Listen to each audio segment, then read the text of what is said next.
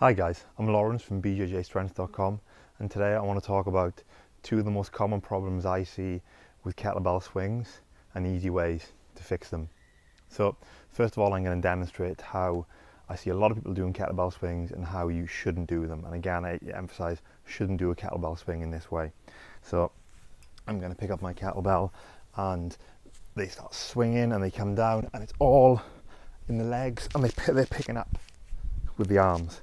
A real big bend in the legs and then bringing up the kettlebell like you're doing a shoulder raise. And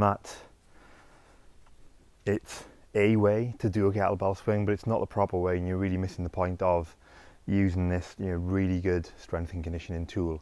So one of the reasons that it's so bad for you to do the kettlebell swings in that way is that the kind of weights that you're using for kettlebells are not really high enough to properly load the quads in a squatting motion. The whole beauty of the kettlebell and using something that's a lot smaller and a lot lighter is to do with loading the hamstrings and the glutes with a proper hip hinge and really having the velocity and the speed of the movement. So you think about if you're doing a deadlift with 20 kilos nice and slow, or doing a very fast kettlebell swing with 20 kilos, it's the same weight, but it's that speed of movement, that velocity, which requires you to use much more force and therefore helps you develop much better strength and much better power through this exercise. And you don't want to be picking it up like you're doing a shoulder raise at the front, because you're taking it out of that natural rhythm, out of that natural movement, and it's all meant to be from the hips. And again, right, talking about those two mistakes, it's they squat down and then as they come up to the top they're raising it up. It's not the proper motion where you're really hinging at the hips, loading the hamstrings and flicking forward. So how do you really fix that when you're doing a kettlebell swing? So the first thing you want to practice is standing with your little fingers just on your hip bone, and then loading on your heels. Don't load on the toes, that's another really common problem.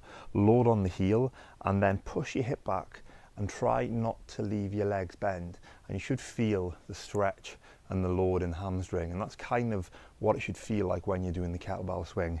And then just practice that 4, 5, 6, 10 times, even more, just to get used to that motion. So it's very, very simple to do. And the next thing you want to do is when you're holding the kettlebell is, I know it sounds simple, but just relax your upper arms. You don't need to grip the kettlebell with a death grip. Just a strong but relaxed hook grip is going to be all that you need. And try and think of your arms as nothing more than ropes, pretty much. So you're dropping your shoulders back, everything is nice and relaxed, and your arms are just like ropes. That's all you need to do. So thinking about what those mistakes are: bending the knees too much, squatting and then picking it up. This is how it should be done when you're keeping heavy through the heels, hinging at the hip, loading the hamstrings and the glutes, and just being nice and relaxed. So I'm going to push it forward, come back and pop, hinge at the hip, pop.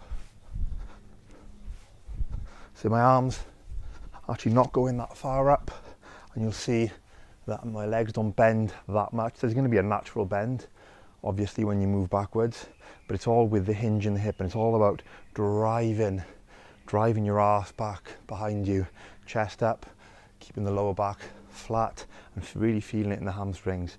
And again, no death grip with the arms, swing it back and pop. Nice relaxed arms, almost like they're ropes. So give that a go, and maybe try videoing yourself as well. You may think you're doing one thing, but in fact you're doing another. So have someone watch you, video yourself and look back at your form. Make sure you're not doing those two mistakes, because it's going to make a huge difference to you getting the most out of what is a really great exercise. I hope you like it, guys. Thank you.